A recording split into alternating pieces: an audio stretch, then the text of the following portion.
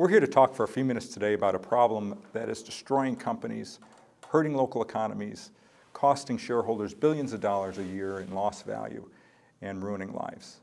The topic is failed mergers and acquisitions, and more specifically, the problem of excessive executive turnover during the post-merger integration period.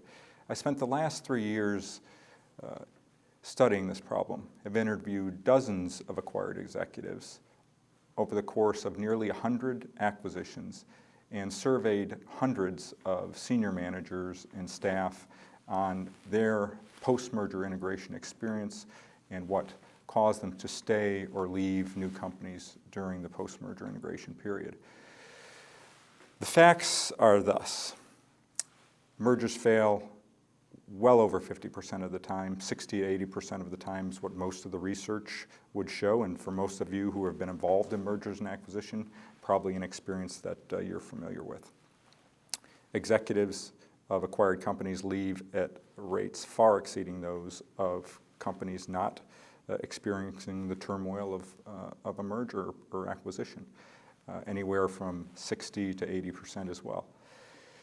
What I discovered in our research is that 76% of those that we surveyed and interviewed had decided to leave very early after the acquisition and left within the first 3 years.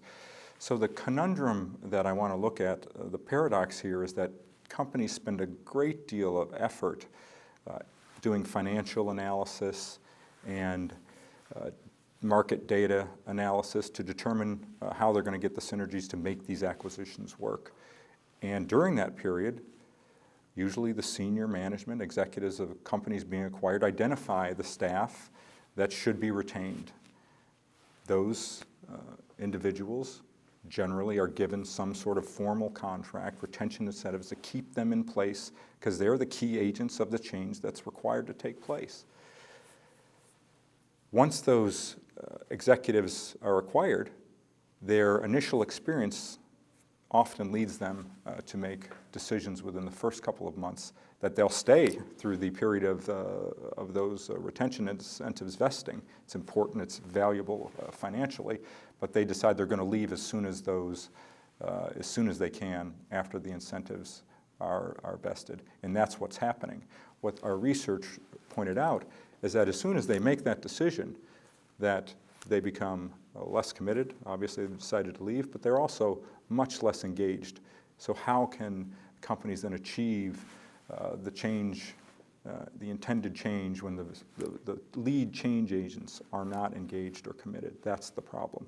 What you can do is take the time prior to the acquisition to make sure you've got the right leaders in place. Do the bonding that's necessary.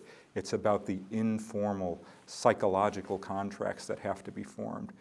Those will keep those managers committed and engaged over the period required. Yes, formal contracts matter, but those informal contracts matter more. Thank you.